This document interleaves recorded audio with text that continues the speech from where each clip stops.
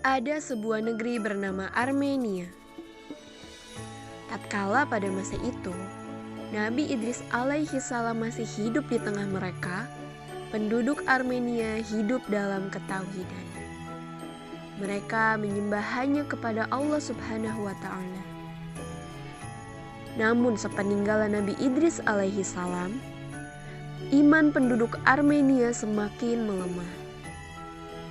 Suatu ketika, karena didorong rasa cinta yang berlebihan pada tokoh-tokoh yang mereka anggap berjasa dalam kehidupan mereka, akhirnya penduduk Armenia mulai membuat patung-patung. Yuk, segera selesaikan. Sebentar lagi kita selesai membuat patung-patung ini. Pada awalnya, mereka membuat patung-patung ini tak lain hanya untuk menghormati dan mengenang tokoh-tokoh tersebut. Namun lama-kelamaan, rasa penghormatan mereka terhadap tokoh-tokoh yang dikasihi itu berubah menjadi sebuah penyembahan. Penyembahan itu berlangsung secara turun-temurun. Allah Subhanahu wa Ta'ala yang Maha Penyayang tentu tak ingin membiarkan bangsa Armenia berlarut-larut dalam kesesatan. Karenanya, Allah Subhanahu wa Ta'ala mengutus Nabi Nuh alaihi salam untuk menyampaikan risalah tauhid itu kepada bangsa Armenia. Bismillahirrahmanirrahim. Inna arsalna Nuhan ila qawmihi an anzir قومك من قبل أن يأتيهم عذاب أليم قال يا قوم إني لكم نذير مبين أن اعبدوا الله واتقوه وأطيعون يغفر لكم من ذنوبكم ويؤخركم إلى أجل مسمى إن أجل الله إذا جاء لا يؤخر لو كنتم تعلمون. Wahai kaumku, mengapa kalian meminta bantuan pada patung-patung yang tidak sanggup melakukan apa-apa? Bukankah patung-patung itu buatan kalian sendiri?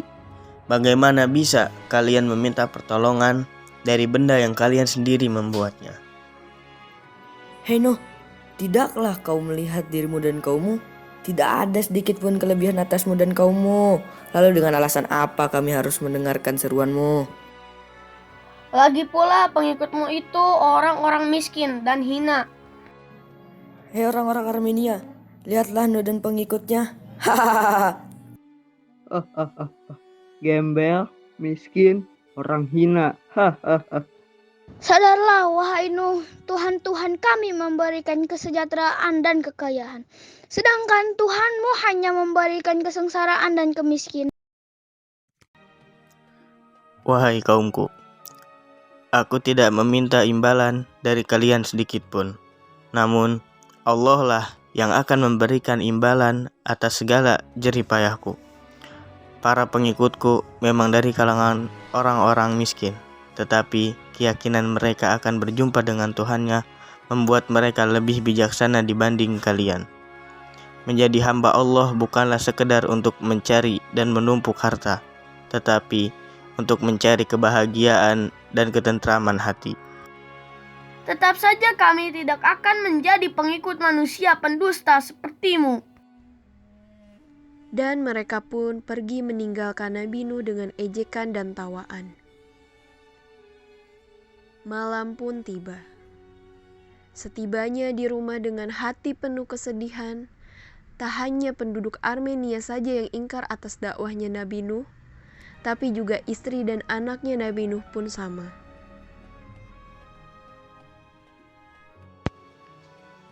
Malam ini tidak ada makanan untukmu. Dakwahmu mengajak orang-orang meninggalkan sesembahan nenek moyang mereka, membuat keluarga kita malu. Mengapa ayah terus-menerus menyuruh mereka meninggalkan Tuhan-Tuhan mereka? Apa yang ayah perbuat membuat aku malu dan ibu? Kenapa kalian memusuhiku juga? Ayo ibu, kita tinggalkan saja ayah. Biarkan dia sendiri memikirkan atas segala perbuatannya. Saat hati Nabi Nuh sedih, Nabi Nuh mengembalikan segalanya ke hadirat Sang Pencipta, Allah Subhanahu wa Ta'ala, yang mana dengan begitu dapat membuat Nabi Nuh kembali tenang. Nabi Nuh tetap melaksanakan kewajiban berdakwahnya dengan kekuatan hati yang dimilikinya, walaupun penduduk Armenia tetap mencemooh dan mengejeknya. Bahkan, ejekan itu disampaikan kepada anak-anak penduduk Armenia. Nak, jangan sekali-kali kau dengarkan omongan Nuh. Dia itu seorang pendusta. Pada suatu malam, Nabi Nuh mengangkat kedua tangan seraya berdoa. Dan Allah pun mendengar doanya.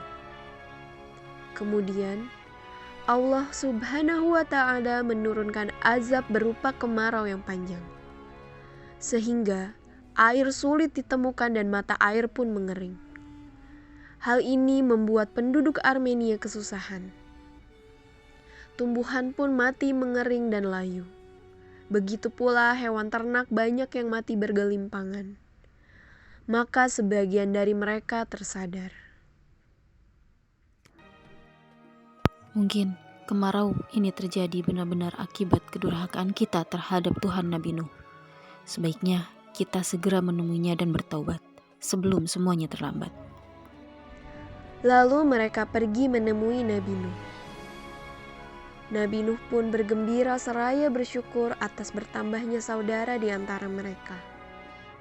Namun di saat yang bersamaan, para penduduk Armenia yang ingkar semakin marah dan gusar. Karena banyak orang-orang yang telah bertaubat dan kembali menjadi pengikut Nabi Nuh. Mereka pun membuat suatu rencana untuk menyiksa pengikut Nabi Nuh. Siksa mereka sebagai peringatan bagi Nuh dan pengikutnya. Perlakuan orang-orang yang ingkar itu menyakiti hati orang-orang yang sudah beriman. Namun Nabi Nuh meminta kepada mereka untuk senantiasa bersabar atas ujian Allah Subhanahu wa Ta'ala kepada diri mereka. Beliau, Nabi Nuh, terus berdoa tanpa batas dan mengenal waktu. Ya Tuhanku, siang malam tak henti-hentinya kuseru kaumku agar menyembahmu. Tetapi kini mereka telah benar-benar mendustakan aku. Karena itu, buatlah keputusan antara kami dan selamatkanlah kaum mukmin dari kejahatan mereka. Bismillahirrahmanirrahim. قال رب إني دعوت قومي ليلا ونهارا فلم يزدهم دعائي إلا فرارا وإني كلما دعوتهم لتغفر لهم جعلوا أصابعهم في آذانهم واستغشوا ثيابهم وأصروا واستكبروا استكبارا ثم إني دعوتهم جهارا ثم إني أعلنت لهم وأسررت لهم إسرارا فقلت استغفروا ربكم إنه كان غفارا. Lalu Allah menjawab doa Nabi Nuh. Allah Subhanahu wa Ta'ala mengutus malaikat Jibril untuk mengantarkan sebutir biji kepada Nabi Nuh. Berdasarkan perintah Allah melalui malaikat Jibril, Nabi Nuh kemudian menanam benih itu. dikatakan kepada Nabi Nuh bahwa benih itu akan tumbuh menjadi pohon yang belum pernah ada sebelumnya. Nabi Nuh menemui para pengikutnya, menyampaikan perihal perintah Allah untuk membuat bahtera dari pohon yang beliau tanam. Setelah penantian yang cukup lama, akhirnya pohon itu kini telah tumbuh besar. Dengan petunjuk dari Allah Subhanahu wa Ta'ala, mulailah Nabi Nuh dan pengikutnya membuat kapal seperti yang diperintahkan. Namun, para penduduk Armenia yang membangkang tak henti-hentinya mengganggu Nabi Nuh dan pengikutnya. Lihat di sana, apa yang sedang mereka lakukan? Apa yang orang-orang bodoh itu lakukan? Mereka memang pandai membuat orang lain tertawa. Hahaha. Apakah kalian sudah hilang akal membuat bahtera di puncak bukit? Mengapa kalian tidak membuatnya di sungai atau di laut? Ada saja gangguan dan ejekan dari penduduk Armenia terhadap Nabi Nuh dan pengikutnya. Namun berkat pertolongan Allah, mereka sanggup melewati ujian itu. Hingga tiba saatnya hari di mana Allah akan memberikan balasan terhadap penduduk Armenia yang ingkar.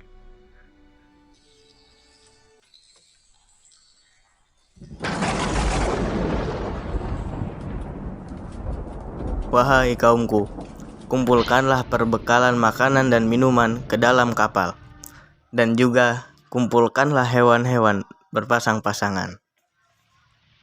Para pengikut Nabi Nuh dengan segera melaksanakan apa yang diperintahkan. Di sisi lain, mereka pun sedih karena sebagian sanak saudara mereka adalah orang-orang yang ingkar terhadap Allah dan Rasul-Nya. Lalu, mulailah terdengar suara gemuruh dan petir yang menakutkan. Air mulai membasahi mereka. Tidak hanya turun dari langit, tetapi juga keluar dari sela-sela tanah yang kering. Angin berhembus sangat kencang, petir saling bersaut-sautan, dan air pun mulai tinggi menggenang. Wahai kaumku, masih ada kesempatan bagi kalian untuk bertaubat. Namun mereka mengacuhkan seruan Nabi Nuh. Mereka berkata, ini hanyalah fenomena alam biasa. Karena anak-anakku, gapailah tanganku, pasti kamu akan selamat. Tidak, aku akan naik ke puncak gunung. Aku akan berlindung di sana. Namun tidak lama kemudian, gelombang air menggulung tubuh Kan'an. Hempasan gelombang itu menelan tubuh Kan'an sampai akhirnya tidak terdengar lagi suara teriakan para penduduk Armenia yang ingkar.